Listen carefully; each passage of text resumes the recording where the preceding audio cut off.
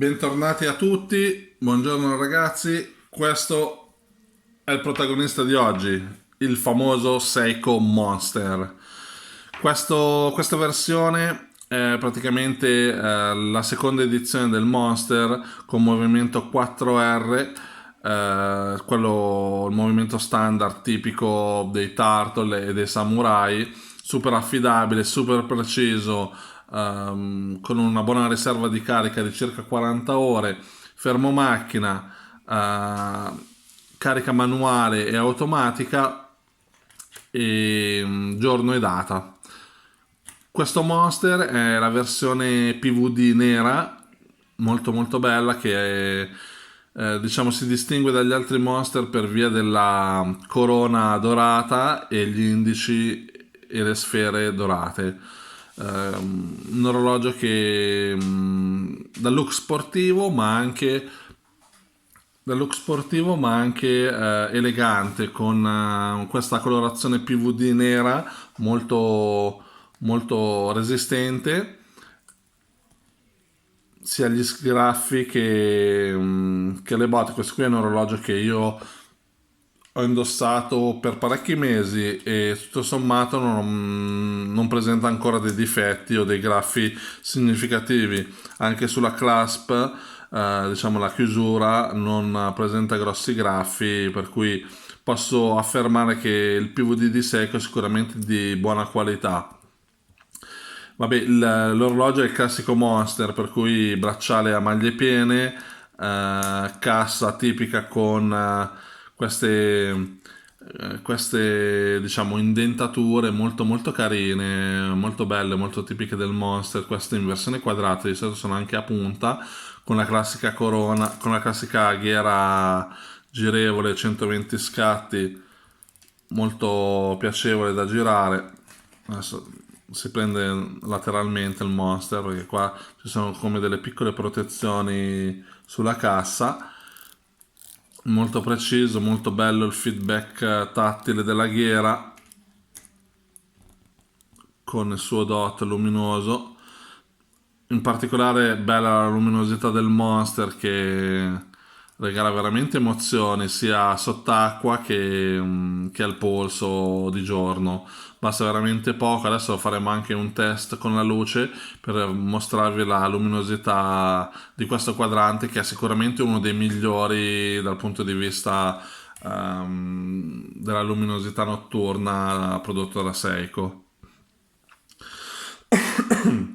Come detto, questo Monster è la seconda edizione, è stato recentemente sostituito da una terza e una quarta versione con movimento 6R, per cui il movimento più evoluto, quello che veniva utilizzato sul Sumo. Tutto sommato anche questa versione è più economica, ma sicuramente più affidabile, cioè affidabile in egual misura, ma diciamo più vantaggiosa dal punto di vista economico, in quanto costa molto molto meno. Vi faccio vedere la luminosità del quadrante, un secondo solo che la andiamo a caricare con la luce e vedremo subito come sarà.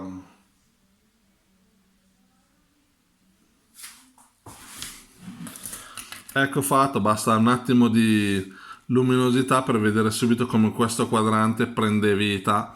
Guardate che potenza, che luminosità, veramente veramente bello. Molto bella anche la sfera dei secondi con questo triangolino, con questa freccia che indica il trascorrere dei secondi. Che dire, questo Monster ha un diametro un po' più piccolo rispetto al Turtle e al Samurai, con un diametro della cassa infatti di 42 mm e un'altezza di circa 13 mm di spessore, per cui molto portabile, molto comodo, adatto a qualsiasi polso, nonostante sia un diver 200 metri con corona avvitabile, si può indossare in qualsiasi situazione, sia maschi, anche i più esili, che le femminucce. Il peso è abbastanza contenuto, non essendo di grosse dimensioni, pur tuttavia avendo un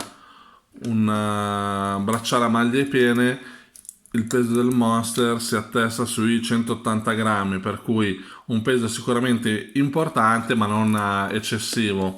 Diciamo che durante tutta la giornata si può indossare tranquillamente, eventualmente è possibile cambiare il bracciale con il modello in gomma per andare a ridurre ulteriormente il peso, o magari anche con un bel nato o anche un bracciale in pelle. Molto bello anche il vetro di cui non abbiamo parlato, che è un vetro Hardlex a cupola, si vede leggermente la bombatura, molto bello, robusto, sicuramente affidabile.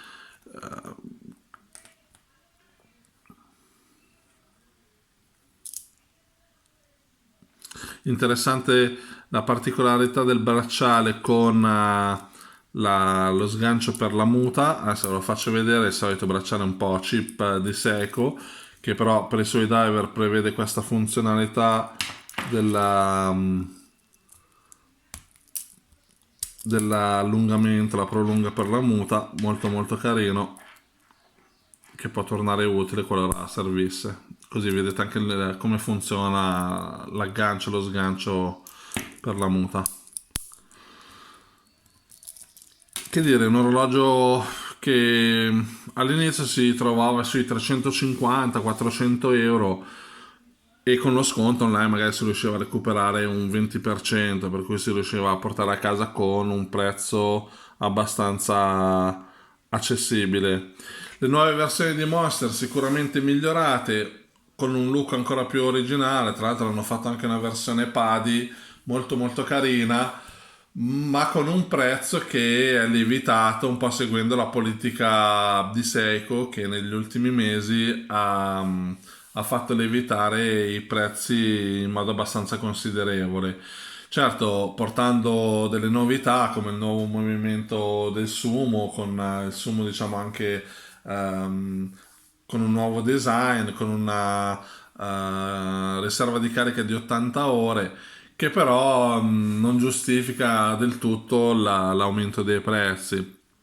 Anche perché, considerando le innovazioni tecniche, può essere un cristallo in zaffiro o una ghiera in ceramica, diciamo che il prezzo non è così, non rispecchia, ecco, le doti caratteristiche di Seiko, che si è affermata sul mercato proprio per la sua particolarità di avere un rapporto qualità-prezzo decisamente vantaggioso, proponendo veramente orologi del design stupendo, dalle ottime qualità tecniche ad un prezzo molto molto accessibile.